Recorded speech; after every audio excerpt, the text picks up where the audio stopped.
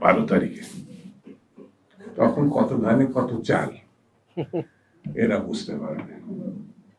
খেয়াল করেন, মানে জামাতের মতো তাদের বেড়ে 40 হয়েছে, আমাদের তো 250 বা 200 যদি ধরি সিট, তাহলে যদি ডবল হয় তাহলে তো 400 হবে। 400 হবে না নাকি?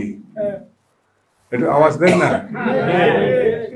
400 হলে তো 300 আমাদের জাতীয় সংসদের সদস্য,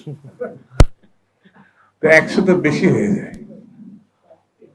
এদের যদি আমি বলি মুনাফিক, তাহলে বলবে আমাদের সম্বন্ধে খারাপ কথা বললো দুটো ভাই।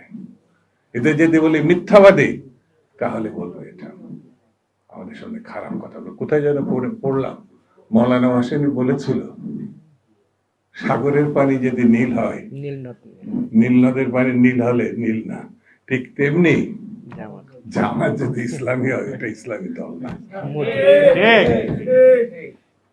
সামনে ইলেকশন, এই কয়দিন পরেই হবে, 12 তারিখে, তখন কত ধানে কত চাল এরা বুঝতে পারবে।